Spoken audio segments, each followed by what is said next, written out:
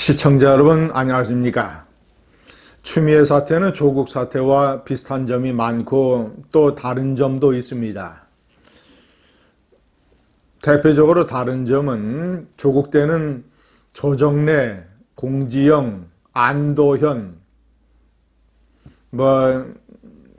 이런 작가, 문학인 이 유명 인사들이 나서서 조국의 호위무사를 자처를 했는데 추미애 사태 때는 아직 그런 일은 벌어지지 않고 있습니다. 그리고 물론 이 코로나 사태 때문이기는 합니다만은 추미애 사랑해요라는 집회는 아직 열리지 않고 있습니다. 그러나 비슷한 점이 많습니다. 결정적으로 비슷한 점은 압수수색이 모든 진실을 가려줄 것이라는 것입니다. 조국이 결국 망하게 된 것은 검찰이 압수수색을 한 컴퓨터 내에 모든 위조와 변조, 사기의 증거물이 들어있었기 때문입니다. 특히 표창장 위조, 이런 것들. 어제 검찰이 국방부와 육군본부에 대한 압수수색을 실시했습니다. 중요한 것은 압수수색을 하는 대상에 증거물이 있을 거라는 것을 알고 했다는 것입니다. 제보가 들어간 것이지요. 가장 중요한 국방부 민원실에 추미애 부부 중에 한 사람이 전화를 했다라는 사실, 그 전화 내용, 녹음 파일, 국방부 민원실에 전화한 것은 녹음이 되게 돼 있죠. 국방부뿐만 아니라 정부 부처에 민원을 하면 거의 다 녹음이 됩니다. 자, 그런데 추미애 장관은 나는 전화하지 않았다. 자, 그러면 남편이 했느냐고 물어보니까 그거는 확인할 수가 없다. 우리는 주말부부다라는 공상과학소설 같은 얘기를 했습니다. 자, 이제 그 부분에 관한 진실이 드러날 겁니다. 국방부의 전산정보원에 국방부 민원실 자체의 녹음 파일은 보존 기간 3년이 지났기 때문에 폐기됐지만 전산정보원 중앙 서버에는 저장이 되어 있다고 합니다. 제가 이번에 명기했습니다마는 국방부의 행태가 상당히 이상합니다. 언론이 여러 차례 국방부 관계자들에게 취재를 해서 녹음 파일이 남아있느냐라고 했더니 보존기한 3년이 지나서 폐기됐다라는 답변만 했습니다. 이 전산정보원의 중앙 서버에 저장되어 있다라는 얘기는 일부러 하지 않은 것이죠.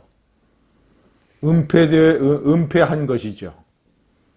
그러나 검찰과 국민의힘의 신원식 의원실 이런 데에 제보 전화가 걸려왔고 전산정보원 중앙서버에 저장되어 있다는 사실이 드러나게 된 것이죠. 자, 그리고 육군본부의 정보체계관리단에 대한 압수수색도 실시됐습니다.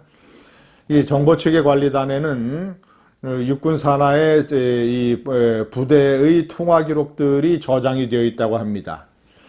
제가 5번을 먼저 설명을 해드리면 추미애 아들이 부대에 복귀를 해야 되는데 복귀를 하지 않아서 밤 9시에 당직 사병이 추미애 아들에게 전화를 걸어서 추궁한 것.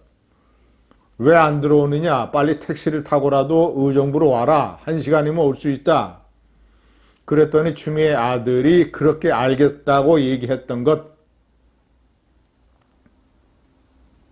병장이 일병에게 그렇게 얘기를 한 것이죠.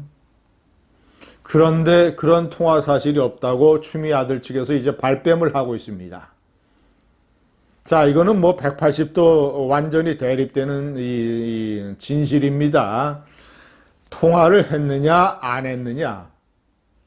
통화를 안 했을 리가 없지 않습니까? 당직 사병은 미복귀 사병에 대한 상황을 체크하는 것이 중요한 임무인데 통화를 안 했을 리가 없고, 통화를 안 했는데 통화를 했다고 당직 사병이 거짓말을 할 리가 없고, 그 통화를 했는지 여부에 관한 진실이 육군본부 정보체계관리단의 서버에 남아 있습니다. 만약에 이 두 가지 진실이 밝혀지게 된다면, 첫 번째, 국방부 민원실에 전화한 사람이 만약에 추미애 장관이라면 그는 국회에서 위증한 셈이 됩니다. 전 국민을 상대로 거짓말을 한 게 됩니다. 두 번째, 추 장관이 아니라 남편이 전화를 했는데 그 남편이 전화한 내용에 따라서 사건의 진실이 크게 달라질 겁니다. 만약에 남편이 어떤 내용으로 전화를 했는가? 자, 세 번째, 그 미 복귀 당일 당직 사병과 통화한 일이 없다라고 발뺌을 한 추미애 아들 측, 만약에 통화 기록이 남아있다면 통화 내용이 아니라 통화를 했다라는 기록, 전화번호만 남아있어도 시간과 자, 추미애 아들 측의 발뺌이 만천하에 드러나게 됩니다. 시청자 여러분, 추미애 장관은 부부 중에서 누가 어떻게 전화를 했는지 알 겁니다. 국회에서는 주말 부부이기 때문에 자신이 확인을 못한다라고 하는 공상소설 얘기를 했지만, 아니, 세상에 이 좌파들은 도대체 부부관계가 어떻길래 추 장관은 주말 부부이기 때문에, 뭐 주말 부부는 할 수 있습니다. 그런데 남편의 변호사 사무실에 있는 전라북도 정읍에는 휴대전화가 불통인지, 주말 부부인데 전화를 안 하는 부부인지, 좌파들, 김조원 전 청와대 민정수석, 잠실의 40평대 아파트를 부동산 중개업소에 매도하기 위해서 내놓으면서 부인이 내놓고 얼마에 내놨다는 사실을 일체 모르는 것. 이런 부부. 김의겸처럼 12억 원짜리 이 흑석동의 상가를 매매하면서 특혜 대출을 받으면서 계약을 부인이 해버리는 것. 그 계약 사실을 몰랐다는 것. 이런 부부. 시청자 여러분, 제가 여러 번 말씀드리지만 진실은 연착하는 열차입니다.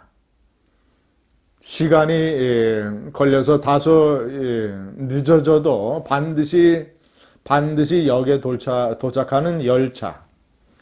진실의 열차를 함께 기다려 봅시다. 감사합니다.